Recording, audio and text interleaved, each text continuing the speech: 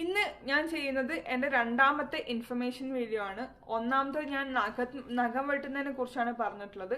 രണ്ടാമത്തെ വീഡിയോയിൽ ഞാൻ ഏകദേശം സിമിലർ ആയിട്ടുള്ളൊരു ഇൻഫർമേഷൻ തന്നെയാണ്. അതായത് പണ്ടുള്ളവർ പറയാറുണ്ട് സന്ധ്യാസമയത്തിന് ശേഷം അടിച്ചു വരാൻ പാടില്ല അല്ലെങ്കിൽ തൂത്തു വരാൻ പാടില്ല എന്ന് പറയും. അതിൻ്റെ രണ്ട് റീസൺ. ഒന്നാമത്തെ റീസൺ എന്ന് വെച്ച് കഴിഞ്ഞാൽ നമുക്കിത് ആലോചിച്ചാൽ ശരിക്കും ഒന്ന് ചിന്തിച്ചു കഴിഞ്ഞാൽ മനസ്സിലാക്കി എടുക്കാവുന്നതേ ഉള്ളൂ.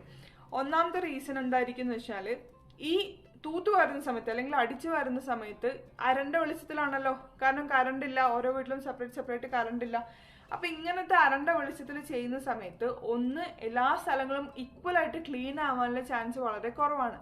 രണ്ടാമത്തത് ഇമ്പോർട്ടൻ്റ് ആയിട്ടുള്ള എന്തെങ്കിലും ചെറിയ ചെറിയ വസ്തുക്കൾ ഇതുപോലെ നിലത്ത് വീണ് കിടക്കുവാണെങ്കിൽ ഇതിങ്ങനെ അടിച്ചു വരുന്ന സമയത്ത് ഇതിന്റെ കൂട്ടത്തിൽ അങ്ങ് പോകും.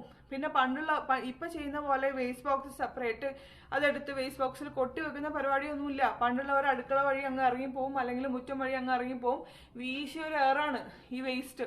അപ്പൊ അങ്ങനെ എറിയും പുറത്തേക്ക് അങ്ങ് കളയുമ്പോൾ ഡെഫിനറ്റ് ആയിട്ട് ഇമ്പോർട്ടൻ്റ് ആയിട്ടുള്ള വസ്തുക്കൾ വല്ലതും അതിനകത്ത് പെട്ടിട്ടുണ്ടെങ്കിൽ അതും അതിന്റെ കൂട്ടത്തിൽ അങ്ങ് പോകും. അപ്പൊ ഇങ്ങനത്തെ കാര്യങ്ങൾ അവോയ്ഡ് ചെയ്യാൻ വേണ്ടിയിട്ടാണ് പണ്ടുള്ള ആൾക്കാർ പറഞ്ഞത്. അയ്യോ എനിക്ക് ക്ഷീണം വന്നു.